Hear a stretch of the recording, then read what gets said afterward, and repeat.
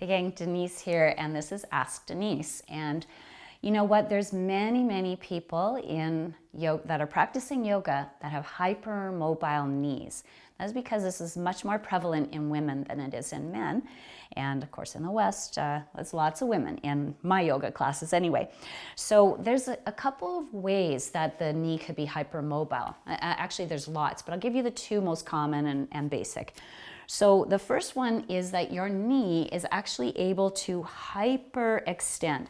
Now, I personally cannot hyperextend that much, but in hyperextended knees, you literally kind of lock back, and then it's almost like you can make a little bend backward in the knee. The knee should be able to bend forward, but some people can actually bend backward. Okay, so that is a hypermobile knee. And then the other kind of hypermobile knee that we see quite a lot, and this is an example that I actually have. I have this kind of, when my leg is relaxed, my knee points in because my femur sits medially on my tibia. But then when I activate my muscles, I can turn it out, you see? And now I get my femur centered over my tibia better. So really what we're talking about here when we give somebody help for hypermobile knees is how can I get that joint centered better, and how do I stabilize the joint? Because I could, in my body, what would happen in my body is I would dial my knees inward for stability and then lock back into the back of the joint. And trust me, that's pretty stable right now. It's kind of a lockdown position, but it's pretty dangerous for me to try to stabilize on one foot like that or to move out of the position quickly. It would really grind my meniscus if I did that. And those of you with the hypermobile knee where it goes back, there's kind of no bony stop for you back there. You know, you're going to kind of, if you keep locking into the back of that joint for stability, then you're going to stretch out that connective tissue over time. It takes a long time, but it does happen. I've seen it happen.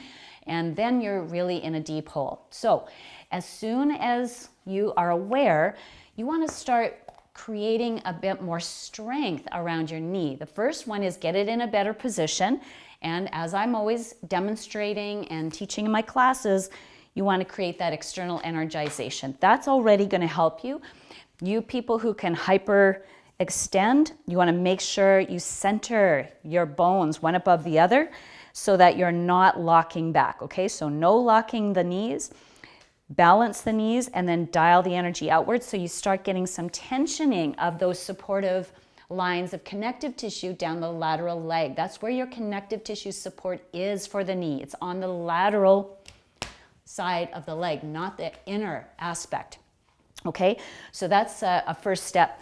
And then what the knee needs to be able to do well, because it's not such a big deal when you have both feet on the ground. Okay, we can do lots of strengthening for the knee with both feet on the ground, but the knee isn't actually challenged in that position.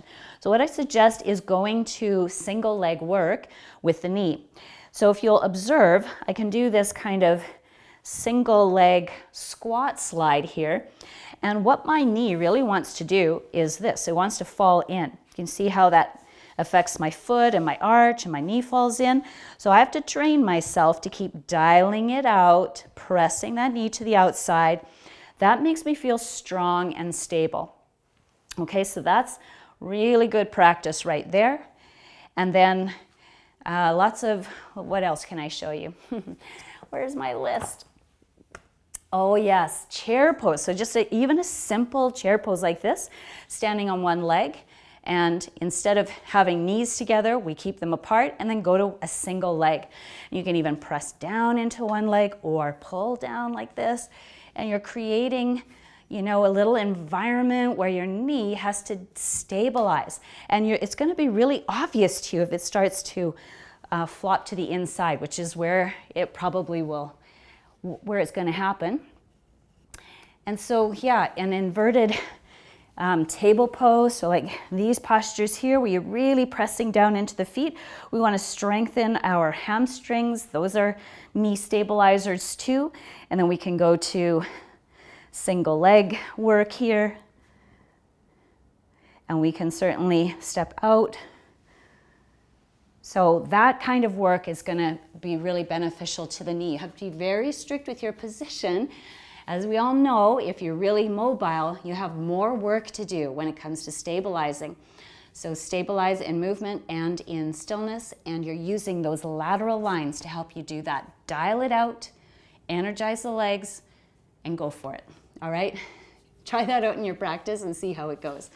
Thanks for asking for that one. Bye for now.